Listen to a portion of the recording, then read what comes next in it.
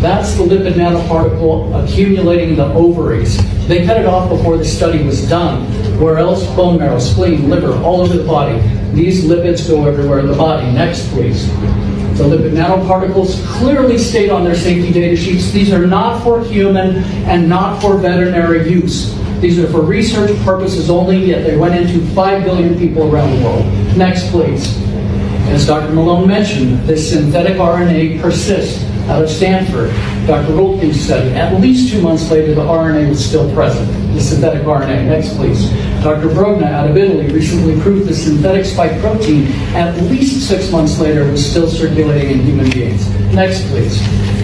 The spike protein is the Swiss Army knife of harm. Next, please. Next, please. This is from Dr. Morris out of Germany, accumulating in the brain, the spike protein after injection. Next, please.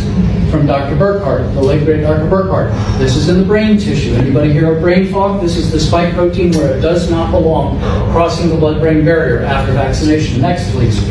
Peripheral nerves. This is from my laboratory. We proved it in the peripheral nerve, that burning after the shot, where it hones to the myelin, it hones to where it should go. Next, please.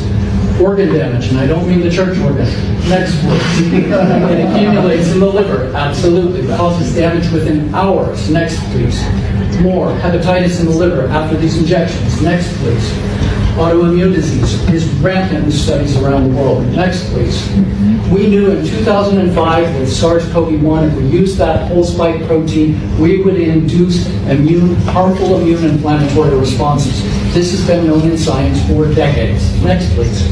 Of course, we hear about myocarditis. This is inflammation in the heart. Next, please. This is spike protein in the heart. On the right, that is persistent mRNA in the heart tissues. Next, please.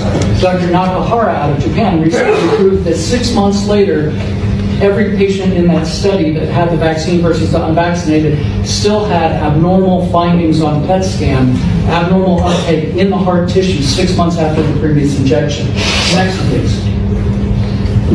Next, please. It also accumulates in your very important adrenal glands. Next, please. It also attacks the elastic fibers of the body. That's what holds your tissues together. This is in the skin, destroying the elastic fibers of the skin. Next, please. Reproductive harms, as Dr. Malone mentioned. Next, please.